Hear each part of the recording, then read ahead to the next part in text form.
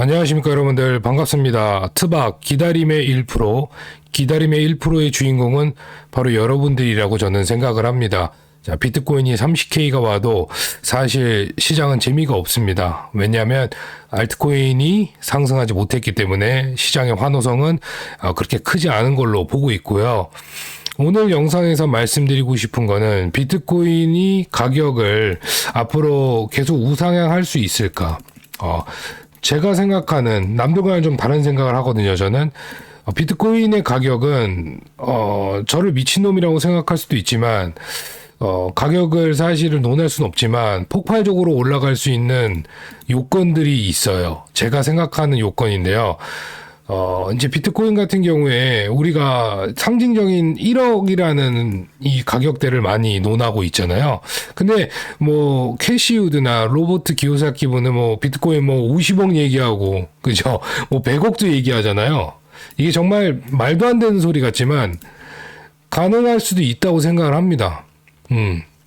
그 이유는 뭐냐면은 여러분들이 잘 알고 있는 비트코인의 가격 상승의 원동력이 잘 알고 계시는 이제 희소성이잖아요. 개수가 딱 정해져 있잖아요.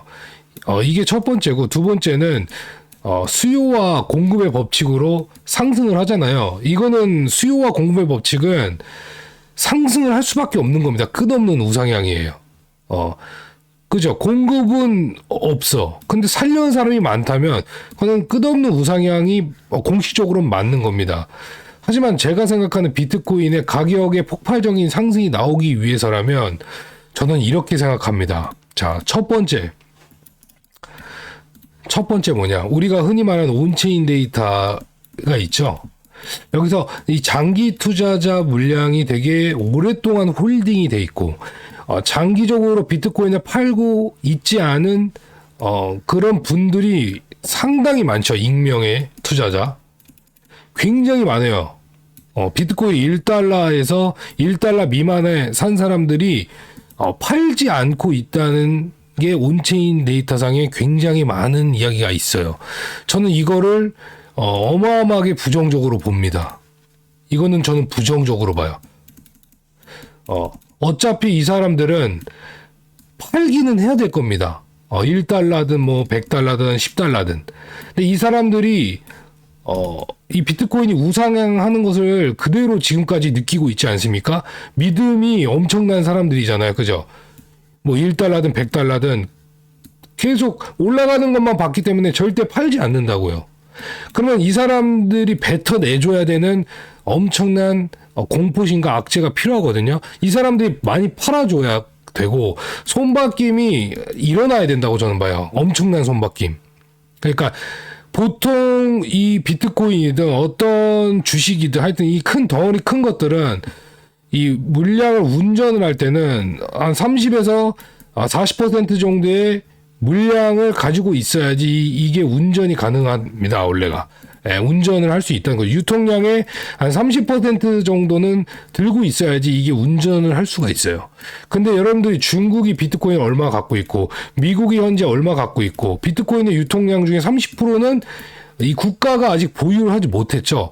하지만 지금은 비트코인은 저는 확실히 미국이 소나기에 쥐려는 모습이 확실하기 때문에 미국은 상대적으로 비트코인에 대해서 안 좋게 얘기할 수밖에 없는 게 뭐냐면 이 이유는 딱 하나라고 봐요. 뭐냐면 비트코인 물량을 뺏기 위해서. 그러니까 장기 투자자들의 물량을 굉장히 던져내야 받아낼 거 아닙니까? 그래야 기관들도 나눠 먹거든요. 이 기관 중에 여러분들이 잘 아는 뭐 블랙록 일경의 자금이 준비되어 있는데 시장에 들어오진 않죠. 포트폴리오를 짜고 준비하고 있지만 본격적인 매수가 들어가는지 그거는 아무도 알 수가 없는 겁니다. 우리는 솔직히 알 수가 없어요. 이 배후에서 비트코인 물량을 뺏어가려는 사람들과 어떻게 저는 이거를 끌어모아가지고 많은 돈을 벌려는 그 계획은 다 세워놨는데 이 장기 홀더들이 이거 던지지 않는다 그러면은 얘를 죽이는 무언가를 계속 만들어낸다. 뭐 미국이 규제를 무지하게 많이 만들어내거나 세금을 왕창 때린다거나 그 다음에 스테이블 코인을 뭐 규제하거나 이런 것들 계속, 그죠? 이런 게 나와줘야 되고 이 더 이상 홀딩할 수 없을 만큼의 어떤 심리적인 압박을 때려줘야지 그걸 뺏어갈 수 있는 거예요. 예. 뺏어야지만 내가 벌기 때문에 뺏어야지만 국가적으로도 이 비트코인에 대해서 엄청난 수익을 볼 거 아닙니까? 비트코인이 여러분들은 이제 저를 어떻게 생각할지 모르겠지만 비트코인이 굉장히 많은 위협을 하는 요소가 있어요. 화폐에 대해서. 이거는 비트코인은 저는 자산이라고 보고 있고 이더리움은 어떻게 보면 이 암호화폐계의 플랫폼을 형성하는 그런 수단이고 그 다음에 송금 시스템이나 이런 거 뭐 옛날에 뭐 이오스가 뭐 빠르고 이랬잖아요. 뭐 리플. 이런 것들은 어떻게 보면은 정해진 가격에 하나의 화폐의 수단이라고 보고 있는 거거든요. 이 큰 생태계 안에서 비트코인은 자산이고 이 자산을 형성하는 플랫폼을 만들어준 게 이더리움. 그리고 이더리움 안에 모든 알트들이 다 플랫폼이고 이 송금 시스템과 화폐의 역할을 하는 게 전 리플로 보고 있는 겁니다. 크게 보면. 그래서 비트코인의 자산은 어차피 수요와 공급의 법칙에서 끝없는 우상향이라는 거는 맞는데 폭발적으로 올라가기 위해서라면은 저는 장기 홀더들의 물량이 시장에 엄청나게 많이 흘러나와야 된다. 그거를 미국이 준비해서 빠른 시간 안에 해결을 볼 것이라고 저는 보고 있거든요. 코로나 패닉 쓸 때도 장기 홀더들의 물량은 나오지 않았습니다. 예. 그러니까 장기 홀더들은 지금 계속 홀딩하고 있고 지금 비트코인 뭐 지갑수가 1비트를 소유한 비트코인의 지갑수가 많이 늘어나고 있다. 뭐 100만 개 이상이 늘어나고 있다. 저는 사실 이게 좋은 요소라고 보지 않아요. 시장을 끌어주는 누군가 역할이 필요하다면 많은 물량을 어느 한 국가가 소지해야 된다고 저는 생각합니다. 그래야 비트코인이 정말 사고 싶어도 사지 못하는 그 가격까지 갈 수 있다고 생각을 하거든요. 오랜 시간이 걸릴 것이라고 저는 보고 있어요. 그 다음에 제가 메모를 좀 해봤는데, 이제, 자, 18년도 고점을 한번 볼게요. 우리가. 이 2018년도에 고점이 있잖아요, 여기가. 근데 이제 비트코인은 어떻게 보면 이 고점을 한 번도 훼손한 적이 없었거든요. 자, 여기를 한번 봐보죠. 이렇게 반감기를 겪으면서도 비트코인 조정을 준다 해도 단 한 번도 뭐 여기는 좀 이런 경우가 있었네요. 윗골이지만 거의 정확하게 이 사이클을 지켜왔단 말이죠. 여기 보시면은 그래서 지금 이 사이클을 뭉개버렸다는 게 우리가 알고 있는 겁니다. 여기를 주저앉혔죠. 그리고 상당히 오랜 시간 여기를 머물러 줬다는 건 뭐냐면 이거는 이제 이 차트를 그리는 운전수가 있잖아요. 그래서 이거 사이클이 깨졌다. 비트코인 사이클이 이제 깨졌다라고 많은 대중들에게 아직도 숙제를 남기고 있어요. 지금도 마찬가지로. 그렇다면 이건 고민이 되는 거예요. 이미 여기를 깼기 때문에 충분히 언제든 깨고 내려갈 수 있다는 것을 차트로서 보여준 거거든요. 차트로서. 그럼 차트로서 보여줬다면 우리 일반적인 사람들이나 개미들이나 트레이딩을 하신 분들은 비트코인은 이제 4년 주기의 사이클이 무너졌기 때문에 언제든 하락할 수 있다는 심리적으로 이것을 인정하게 되는 거예요. 이제 언제든 내려갈 수 있고 고점도 못 넘길 수도 있다는 그런 어떤 불안감과 불안 요소를 계속 들고 갈 수 있게끔 시장에 던져준 거라고 저는 봐요. 이러면 차트적으로 분석이 어려워진다. 날고 기는 사람들도 차트 분석이 어려워진다. 그리고 이거는 자산이고 어떻게 보면 지수이기 때문에 나스닥과 같은 그런 지수이기 때문에 오히려 더욱 차트적으로 안 맞을 가능성도 이제는 생길 수가 있다. 그 말은 즉 더 많은 상승이 나올 가능성이 충분하다. 그리고 아직도 저는 제가 봤을 때 우리가 이 비트코인 시장이 굉장히 짧은 역사를 갖고 있잖아요. 2009년이지만 지금 2023년도니까 그 15년 정도의 역사가 된 이 정말 이거 되게 신생아 수준의 역사예요, 여러분들. 기업도 구글, 아마존도 98년도부터 지금 온 건데 비트코인 15년 정도밖에 안 되는데 이대로 역사 속으로 묻힌다고 생각한다면 그건 굉장히 큰 오산입니다. 어쨌든 달러의 위협을 받을 수도 있는 거예요, 여러분들. 그러니까 달러가 위협을 받을 수도 있는 겁니다. 이건 화폐이기 때문에. 그 달러가 힘이 약해지는 건 어떤 이유죠? 그냥 찍어내면은 이거는 가치가 계속 소멸하는 거 아닙니까?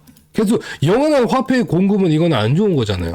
그럼 이것을 알고 있을 것이고, 그렇다면 이 대안이 무언가 필요한데 아직까지 이 대안이 없다는 거예요. 그게 뭐 금일 수도 있고 은일 수도 있고 뭐 다른 거일 수도 있지만 정말 무언가의 자산이 아직 시장에 한 번도 실험을 해본 적도 없고 그거를 결과로서 보여준 적이 없다. 이게 금은 그거를 보여줬다. 예. 뭐 인플레이션을 조금 적용시킨다면 비트코인의 값어치가 원래는 여러분들 제가 말씀드린 게 아니라 로버트 누구였더라? 드로드론가? 아무튼 그 사람은 비트코인이 140억 이상을 간다고 하는데 정말 이거는 모르겠어요. 그 뭐 굉장히 똑똑한 분이신데 제가 나중에 한번 찾아볼게요. 140억이 간다는 이유는 뭐냐면 그냥 오로지 수요와 공급만 얘기해서 그렇게 된다는 거예요. 그리고 전 세계 국가적으로 이게 참 제가 좀 이쪽으로는 좀 얘기하고 싶지는 않지만 국가적으로 비트코인을 계속 소유하고 싶은 나라들이 반드시 필요할 거예요. 그죠? 꼭 우리나라 빼고도 아주 힘든 나라들이 굉장히 많으니까 여기서 계속 수요가 어마어마해진다는 거죠. 자기네들의 국가 화폐가 무너지는 나라가 상당히 많잖아요, 지금. 그럼 얘는 도대체 뭘로 대체를 해야 되는 겁니까? 뭐 조약돌로 합니까? 조개로 합니까? 예? 아니죠. 옛날 뭐 돌멩이로 할 수는 없잖아요. 그죠? 뭐 송금도 빠르고 화폐로 바로 바꿀 수도 있고 무언가 필요하다면 이거 빨리 해야 되겠는데 빨리빨리 뭔가를 준비해야 되겠는데 해서 비트코인을 채택할 가능성이 굉장히 크다는 거죠. 제가 이런 얘기는 솔직히 별로 안 하고 싶었는데 지금 왜 하게 되냐면 우리가 지금 비트코인 3만 달러를 보고 있잖아요. 그럼 이게 좀 내려가고 여기서 지지받고 좀 더 올라갔다 내려가고 이런 걸 얘기하는 게 아니고 또 어제의 CPI 이거는 다 여러분들이 해석을 할 수 있잖아요. 그죠? 그러니까 이런 거는 조금 어차피 시간이 흘러가면서 사실 사그라들 문제고 물가 같은 경우는 결국엔 내려갑니다. 근데 이게 빠르게 내려가지 않는다는 거예요. 그걸 지금 시장이 반영하고 있다는 거죠. 금리 동결이니 금리 인상이니 미국은 금리 인상을 한 번 더 할 가능성을 높게 보고 있는 상태인데 이게 중요한 게 아니라 우리가 지금 현 시점에서 비트코인을 얼마까지 갈 수 있고 또 얼만큼 많은 사람들이 원할 것이고 정말 대체할 수 있을까 그것에 대해서 우리가 고민을 해봐야 될 시기고 정말 아쉽습니다. 이제 돌고 돌아 결국에는 답정너 비트코인이라는 것을 이젠 여러분들이 조금씩 느껴지고 있을 거예요. 지금 알트코인을 보거나 어떤 코인을 봐도 답정너가 비트코인이라는 걸 여러분들이 알고 계시죠? 이게 점점 확신이 들 때는 우리가 확신이 들 때는요. 이게 비트코인이 짱이구나 이렇게 생각하지만 저희보다 똑똑하고 돈 많은 사람들은 더욱더 확신을 갖겠죠. 그분들의 자금력은 상상을 초월합니다. 이게 비트코인이구나 하면은 내가 싸게 사고 싶어 하지 비싸게 사고 싶어 하지는 않는단 말이에요. 심리적으로. 비트코인을 소유하고 싶은 사람은 싸게 사고 싶어 하지 않아요. 무조건 무조건 싸게 사고 싶어 해요. 비싸게 사고 싶어 하지 않습니다. 예. 그러려면은 여러분들을 못 사게 해야 돼요. 영원히. 계속 무섭게 해줘야 되고. 지금도 무섭잖아요, 우리는. 저도 솔직히, 미지의 세계로 가고 있다고 생각하지만, 오늘 조금 많은 생각에 잠기면서, 비트코인의 이게 무한한 가능성, 그리고 지금은 실험 중이다. 이게 자산으로서 정말 어느 정도 우리가 가치를 받을 수 있을까? 그 실험 중에 있다고 저는 보고 있고, 뭐 중국도 뒤에서 솔직히 말해서 비트코인 많이 갖고 있을 거고, 계속 가져갈 거고, 더 많이 쟁취하려고 노력할 겁니다. 얘뿐만이 아니라고 생각하고 있어요. 예, 뭐 러시아도 마찬가지고 저는 국가에서 이거를 많이 소유하고 많은 저장 수단으로 계속 보관을 하려고 생각합니다. 마치 중국이 금을 어마어마하게 산 것처럼 비트코인을 초창기 때 엄청나게 채굴하고 매수한 것처럼 비트코인은 분명히 충분히 그 값어치가 있다. 그래서 우리에게는 알려주지 못하지만 국가들은 안 좋게는 얘기해도 뒤에서는 전부 다 간접적으로 다 투자를 하고 있을 것이다.